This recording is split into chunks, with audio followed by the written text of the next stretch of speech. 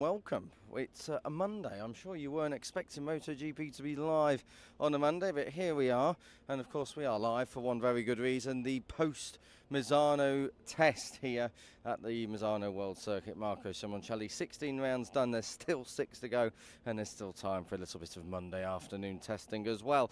We are in the lunch break. All the track is completely empty at the moment. All the riders are in the box having lunch, and hopefully we'll have an opportunity to catch up with some team managers. We are a little bit behind schedule, so the initial plan now might be getting knocked back a little bit, but hopefully we can bring you a few updates. One of the updates is that sadly at Trackhouse there is no Ayogura on track. So Ayogura obviously had a very fast crash yesterday on Sunday.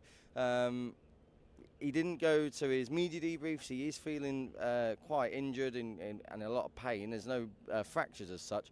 But Ayogura, obviously home GP next time out. So the Japanese rider just having a day off it, and we will catch up with him later on. And you can stay tuned across MotoGP's platforms for all of that. So no Ayogura. So one Aprilia less out there on track than what was scheduled. But that's not bad news, because Marco Bezzecchi has made up for it. Marco Bezzecchi, of course, P2 yesterday on Sunday in the Grand Prix. He was your sprint winner on Saturday.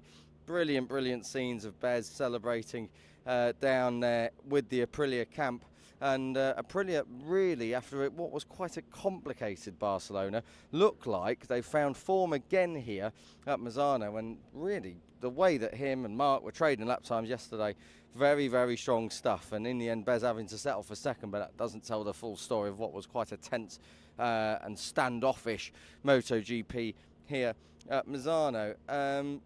Today, at the time that we are now live, we've had the first session and the first bout of practice starts. Bez was on top, a 30.7, just moving him into top spot. Pedro Acosta did lead the way at various points throughout the morning, and KTM really, this was a difficult weekend for KTM. Pedro was really, it seemed like, the only one who had any kind of feeling, any kind of hope of getting towards the podium.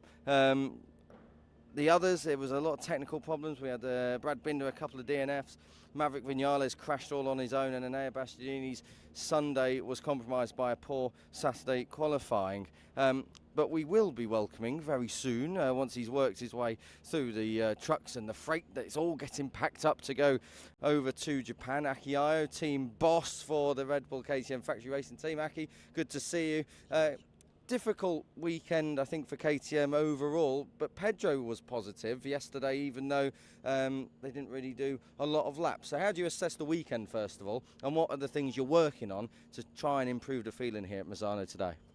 Misano is always a bit special, and let's say, but that was a little bit expected that could be difficult, but also was, let's say, difficult really to understand before, as really in last months we made a big steps. Last few races has been really strong for us, so we are, let's say, going for the right direction all the time, improving, understanding more everything, and let's say improving all the working methods and areas. And here, yes, this weekend for sure was more challenging. During weekend we definitely improved. Yesterday was definitely not our day. Was of course so shame that Pedro could not finish the race, and then also crashes of other guys, but sometimes it's like this. We were talking already a long time that if one difficult race is coming, we still need to keep our system now and go to the right direction. Today, what are you trialling? What parts are you throwing at it? What are you trying to work on? What feeling are you looking for out at Misano this afternoon? Of course, working in many different areas, but of course this is something to refine. Let's say a little bit for the rest of the season. For it's some back-to-back checks for the many items what we have, let's say, develop and test and bring to the race team in the last months, and it's a little bit just to be, let's say, sure. Testing time is always, especially with the race riders, so limited in MotoGP. So many times these tests also, of course, part of the test we use for this, that is back-to-back, that we are on the right way. Danny Pedrosa is here today. How's his progress going? Could also. There is something. Let's say Danny is already testing some items a little bit also for the future, like for next year, and of course we are 5 riders now on the track, so we need to be powerful and share the job really well. And finally, flyaways next. What can we expect from these 4 races that generally do give something a little bit different every year? Yeah. Personally, I always like overseas, and I think riders as well. That everything, atmosphere, everything is a little bit different. So of course we like European races as well, but there is always something special in overseas, and I believe that we can be quite strong in the next races, especially when you think about the tracks, the grip level, everything. And as I say, Misano is a bit special always, but I believe we go back to the mood what we had in the last races. Aki, we look forward to it. Thank you very much for joining us here. Enjoy your lunch. We'll leave KTM in peace and we will move on down the paddock. Aki, I just explaining there, of course, that we know this story in testing, that we kind of see a lot of parts, people throwing swing arms at it, updated aeros, you know, they bring all the gadgets out, all the measurements to test things out as well. We've seen, I think it's Michele Pirro's been out on the track with a couple of extra sensors on the bike just to gather data. It's something the actual data acquisition side of things is quite difficult in a MotoGP race, because you don't have the same amount of resources you do when you're in a wind tunnel, when you're at a private test. So really for KTM, good to see that despite of what was quite a, I think at the start of 2025 we can all say that there was a lot of doubt about KTM, what they were going to be doing and what they were going to be bringing, were they going to be able to bring anything. But they've silenced those critics, and since the second half of 2025 has really started, KTM have been right up there. They were challenging Ducati back in Barcelona. They were right there across this weekend in the form of Pedro Acosta, even if the rest of the guys did struggle a little bit. And of course, last time before Barcelona, when we were in Hungary, Pedro Acosta was so quick. So lots of encouraging signs coming the way of KTM. Now we are at Aprilia. We have spoken about Aprilia briefly already, but in terms of Marco Bezzecchi and also Iagura's kind of absence from this test. We were planning on getting Paolo Bonora, but I think Paolo is having a lunch at the moment, so we shall just wait a little while, maybe check back in with him a little bit later. What time are we on? 35, so we should still be able to get someone from Yamaha, because I reckon Mario Merigani is going to be a very interesting person to talk to regarding the new V4 Yamaha. So as you can see, Bez is just going in for his media debriefs with everyone who's stayed around for the test. We're not the only ones, all the media are here as well. So Marco Bezzecchi, and great scenes by the way yesterday, and I'm sure you will see them across Instagram and Twitter and whatnot, because Bezzecchi was the most popular rider in this paddock last night. Big celebrations. He was crowd surfing right across all the people that had made their way into the paddock to celebrate with him, to celebrate that P2 with him. So Bez is in fine form, and just on Aprilia, interesting to note as well, Jorge Martin, technical problem yesterday on his sighting lap, the first lap out of pit lane to go to form the grid. He had qualified 11th, he'd got through into Q2. His pace was decent. He came through from the back of the grid, and after a double long lap penalty to get his points. But it was a Grand Prix Sunday of what if for Jorge Martin. Now he's here today. We have actually had a couple of shots of him earlier on. Very interested in the KTM of Dani Pedrosa, the test KTM of Dani Pedrosa. So very interesting times for Jorge Martin, taking a little look around, catching up with a few old friends as well within the paddock. But Jorge Martin, yeah, I think it's fair to say, not his best Sunday of the year, but it wasn't all down to him. Let's just walk down the back here. We're at Yamaha, and I wouldn't mind, if I can, to try and grab a word. Obviously the test riders won't speak, not to us now anyway, but let's try and see if we can get Mayo or someone who's hovering around. This is obviously the test team for Yamaha. We just saw Andrea Dovizioso and Augusto Fernandez. An interesting thing about the V4, Augusto Fernandez was saying yesterday that fuel consumption, an unforeseen problem, or a problem that at least they had not actually realised would be so critical in the Sunday. So I think today, yes, they'll be working on the V4 itself, and you can see Fabio Quartararo is here. We're not going to talk to him right now because he has got his appointments elsewhere. But I think it'd be fair to say that the V4 encountering a couple of problems in race trim, but that's exactly why they have the wild card of Augusto Fernandez to get these things dialed out before the riders like Fabio Quartararo with those very, very, very resplendent Crocs. Look at those Crocs. I tell you what, I might get some of them. Not. Riders like him can hit the ground running in 2026. Now we are waiting for Maio Meregali, who is just coming now down the stairs. We'll wait for him here. Interesting as well about Pramac.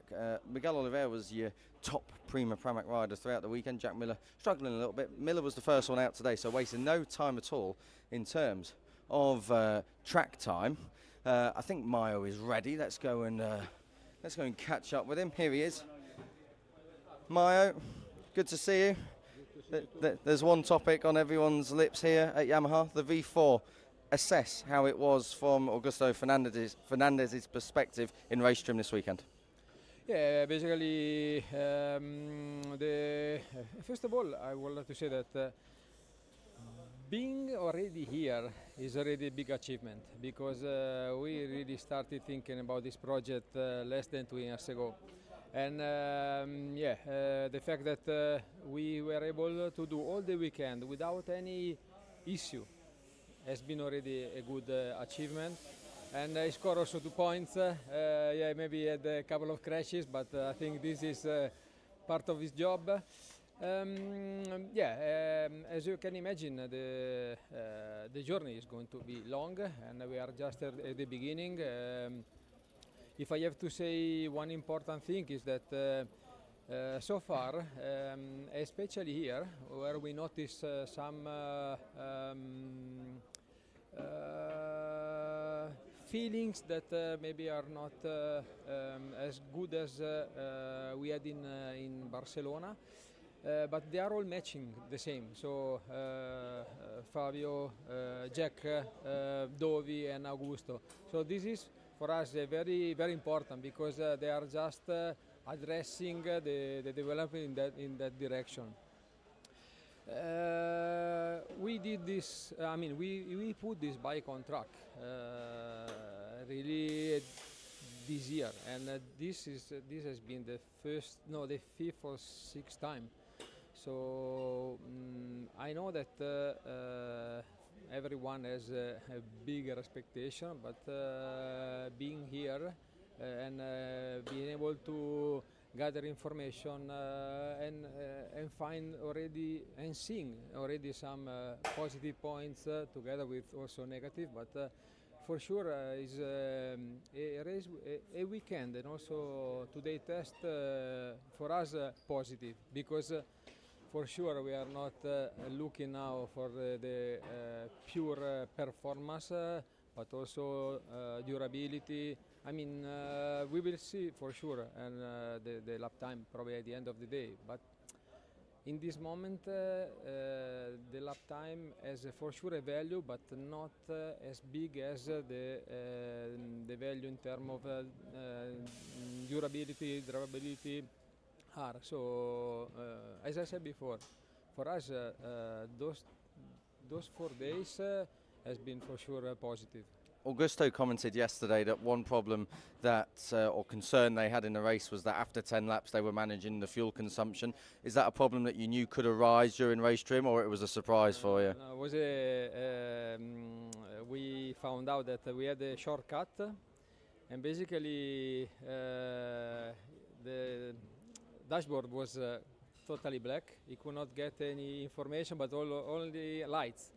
So he was fighting with information that he didn't know from where they were coming, and he tried to manage the fuel, but the problem was not related to the fuel, but this due to this shortcut. Another thing that was picked up on is that it seems that at the moment we're still in the early phase of the V4, but to set it up, maybe can configure it, it's quite narrow between a really rideable, rider-friendly setup and something that's a bit more challenging. Is that a fair assessment? Is that something you've also had feedback on? Yeah, but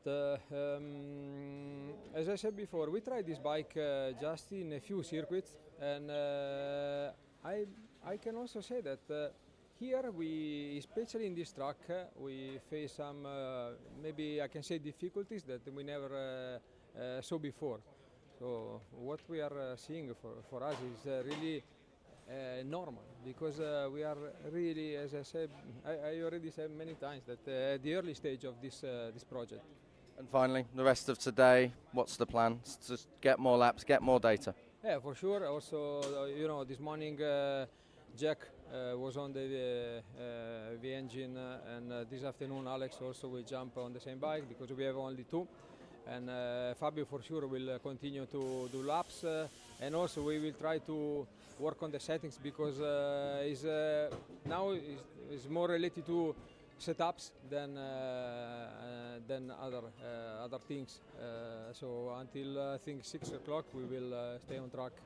Keeping us all eagle-eyed on track. Thank you very much, Mario Marigali, for catching up with us, and we wish you a good afternoon. So, you heard it there. Full assessment really of the V4 in its very early stages. That's very important to reiterate. So Yamaha did come, wouldn't say late with this project, but they came with it very recently. It's within the last 18, 24 months, at least publicly. And we know that these things take time. This is a philosophy change as much as it is an engineering change. Yamaha, historically, it's always been inline fours. It's you look at their superbike range, their street bikes are all inline fours in terms of the actual 1000cc superbikes. It's something that over time they will need to address, but that's why they got Max Bartolini. They've brought in Paolo Pavezio just to change and kind of move on a little bit with a philosophy that, the V4 is the engine configuration at the moment. Ducati are showing that. Every other manufacturer has had that. Suzuki were the last one besides Yamaha to use an inline four, and that's why there's so much conversation about the V4, is that it is such a major change for Yamaha. It's a complete, I wouldn't say abandonment of what they've always followed, but they're keeping up with the times. One manufacturer we haven't spoke about, Ducati, but that's because they're right up at the other end of the paddock as well. And Honda, a couple of new things there this morning, a couple of updates to the aero, maybe some chassis configuration as well. Ducati, I'm not going to talk too much about what they're testing. I want to give you a bit of insight into what happened yesterday. Those of you who obviously follow our After the Flag shows and keep up with all the interviews would have noticed that Pecco Bagnaia's interview was very, very late. He didn't come to the broadcaster set to do his interview, and we had to go to the box to do it. That's not a problem, of course. We don't mind doing that. But there was a lot of meeting. There was a lot of conversation. Pecco talking with Gigi, talking with Davide Todozzi, talking with everyone around him to try and get some feeling. We saw today Casey Stoner working with Pecco Bagnaia. Pecco is going through the most challenging time of his career. That's not my assessment, that's his words as a factory rider. Barcelona it looked like he had hit rock bottom. The problem is that here, his actual pace was pretty decent, but then he crashed yesterday. And I think that was the end of any kind of positivity. As soon as Pecco, this is how he summed it up, as soon as he needs to push, that's when the mistake comes, and he can't save the mistake. But a long, long day of debriefing, technical meetings yesterday, assessing what had happened, assessing what was going on. And in the end, Pecco went out there this morning. He's already gone quicker than the lap time he set in the race. We obviously don't know the tyres he was on, etc., etc. But Pecco instantly getting back to work. We know Pecco can get back to being where he's been over the last 3 or 4 seasons. It's whether or not he's going to be able to do it this side of winter testing or the next side. Marc Marquez has come in. He has come into Pecco's home and he has dominated. That is why Marc has that title chance next time out at Midday.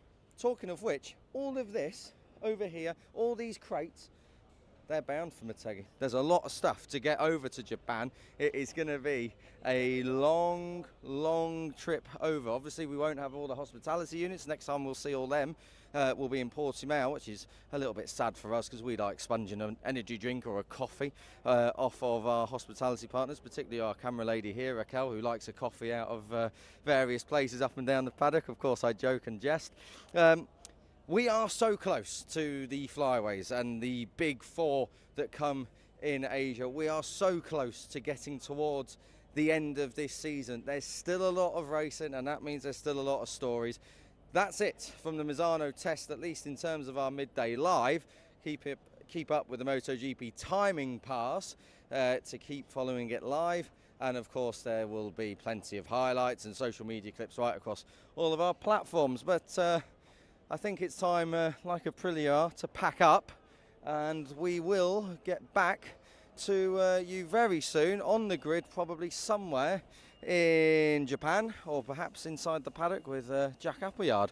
But until then, goodbye. See you in Japan.